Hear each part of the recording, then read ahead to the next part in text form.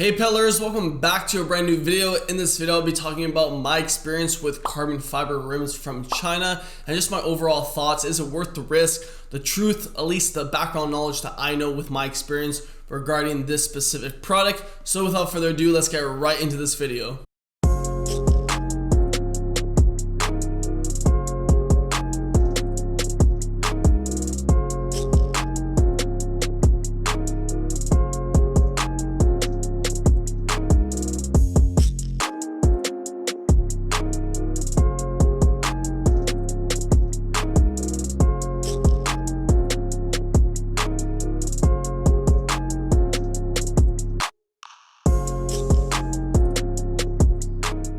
So these are the rims that we'll be discussing today, and it's quite funny because back in 2016 I bought these rims off a teammate that bought them off of AliExpress. So it's quite funny because I wish I would have shared my experience with these a lot sooner, but it is what it is. At least I'm sharing it now. So to give you guys just a quick background on these rims, and specifically I've ridden 25,000 kilometers over the years. So like I said, I've had these since 2016. He bought these off of AliExpress for around 300 USD, and I basically paid the exact same price since they were practically brand new at the time. And he actually upgraded his bike, so he didn't need these carbon fiber rims anymore. So I was like, sure, I'll take them because these were obviously better than my stock aluminum rims that I got secondhand that were quite used. So I thought if that was, lasting, this should be decent quality. Then again, I was taking a big risk because at that time, Chinese products, at least, off of AliExpress and eBay, were quite sketchy still, and it still is, and that's what I'm going to get into. But I thought it was well worth the risk. Then again, I've learned that sometimes,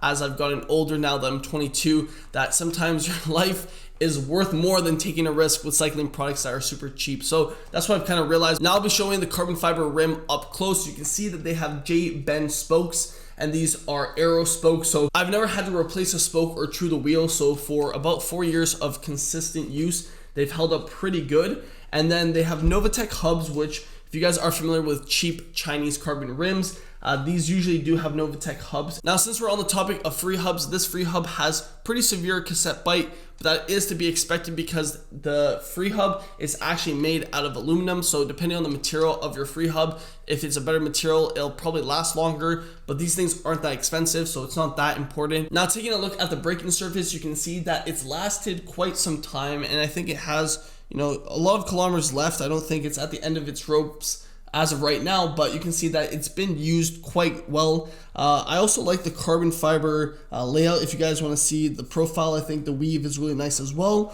And this is, like I said, 50 millimeters in terms of the depth. And you can see that it has a nice flow in terms of where the rim actually meets the bead of the tire. So all in all, I would say it's a very well manufactured. Now, this is the part of the video where I'll share my real world riding experience with these carbon fiber rims from China. And basically, I'll just share what I've learned and actually ridden with. So all in all, for a 50 millimeter depth rim, it's held up really nice. It's pretty good in the crosswinds. Obviously, the deeper the rim you have, the more likely you are to be blown around. In terms of aerodynamics, I love how there's a smooth transition. Some rims have a problem where it's not that aero looking in terms of the bead. So it has a nice transition, which I really do like. And if you guys are new to carbon fiber rims, you have to use carbon fiber specific brake pads, which use a different material. With these brake pads in specific, I found cork brake pads work the best, and it's pretty rare. You can't really find them at your local bike shop. It's like a special order item, but with these specific rims, I found that they worked really well. I don't use cork brake pads as of right now just because I find them really expensive and they wear out pretty fast. So the normal ones will suffice. I just find that the cork ones actually yield a better braking performance. Now, on the topic of brake pads, when you actually have carbon fiber rims and you do hard braking, sometimes depending on the laminate and the resin they use for the braking surface, you can sometimes smell a burning smell, and that's usually the rim actually heating up. The rims can easily heat up between 200 and 300 degrees Celsius, so you got to be careful. And that's what I'm going to lead into when I talk about the warranty and just the risk factor. But for the most part, these rims, I don't live anywhere where I'm doing monster descents with some crazy elevation. So for that reason, I haven't experienced anything crazy. But I would be super sketched out if I took this somewhere with a lot of climbing and descents where I had to descend at speed and, shave off speed. If it was a winding descent, I would be sketched out, not gonna lie to you guys. So for that experience, I can't really talk too much, but for the riding that I do here in Toronto, Canada, it's pretty, rolling hills, nothing too crazy. You're climbing at 8% and then descending. So no warping, no cracks that I can see in the carbon layout. So all in all, it has held up really well over the years. So now I'll be talking about the risk factor and just, is it worth it? So these rims were purchased off my teammate, and he bought them off of AliExpress, off a random storefront that had good reviews. So it's a lot of the time you're basing your purchase off of other people's reviews, which can be very sketchy because you don't know if those reviews are real. You don't know if they ever actually tested the product thoroughly. But he purchased them, and I basically let him be the guinea pig, and he rode them for quite some time, and he didn't have any problems. And when he got his new bike and his new wheels, I was like, sure, I'll take your rims off your hands. So I decided if he rode them and didn't have any crazy misfortunes with the rims, that it should be good for me. And that's not the best way of testing things. But anyways, on the topic,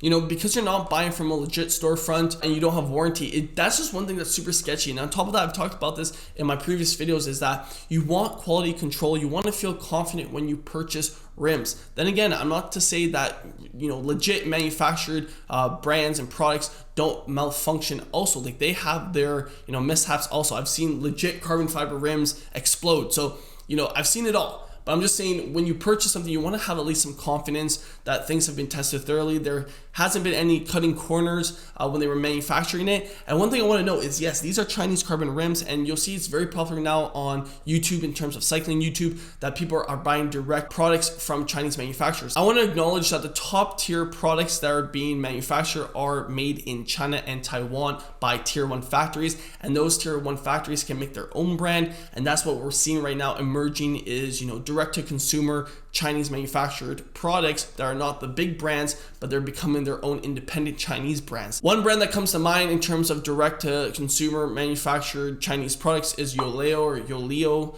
Anyways, back in 2016, they were just fresh, and I used to read about them in forums. So now they're actually a legit brand. They're UCI approved, and they have a warranty. They pass quality control. But as a brand starts getting notoriety and starts building, a voice in terms of their products being legit and actually checking out, the price, as demand goes up, the price will go up as well. So you'll start seeing that these reputable Chinese manufacturers are, their prices are not so competitive anymore. It's almost to the point where they're like a legit brand, which is crazy. And that's one thing to note, that if you're not buying from a legit manufacturer, or when a manufacturer is just starting out and has really competitive prices, but yet is doing all the thorough quality control and testing, then most times, if you're just going off the whim, off reviews that could not even be legit reviews, you're taking a big risk. Even though I've ridden these for 25,000 kilometers and haven't had a problem, I just have a hard time vouching for sketchy Chinese carbon products.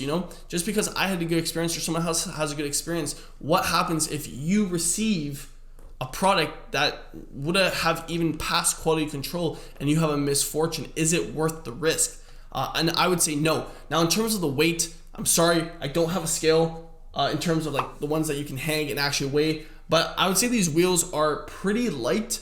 Then again, they're aerodynamic as well because they're 50 millimeters, so they're not super light rims, but they're slightly lighter than stock aluminum rims that you would find on like a budget bike or an entry-level bike. So hopefully that gives you an idea of how heavy they are. But one thing I want to do going forward is I want to try to get in touch with a carbon fiber expert and maybe actually look at these rims and see the quality of them. And it would be quite interesting because, like I said, these were built back in 2016, 2015 easily if they were kept in stock. So it'd be very interesting to see the quality that I actually have, and then potentially order a Chinese carbon fiber rims and see the current quality and if things have changed. So I'm trying to figure that out. It'd be a good topic to explore. So if you guys do want to see that, like this video and subscribe. All in all, I want you guys to remember that it sometimes isn't worth the marginal gains that you're going to get from a carbon fiber rim like this if you're buying it direct from China off of AliExpress or eBay.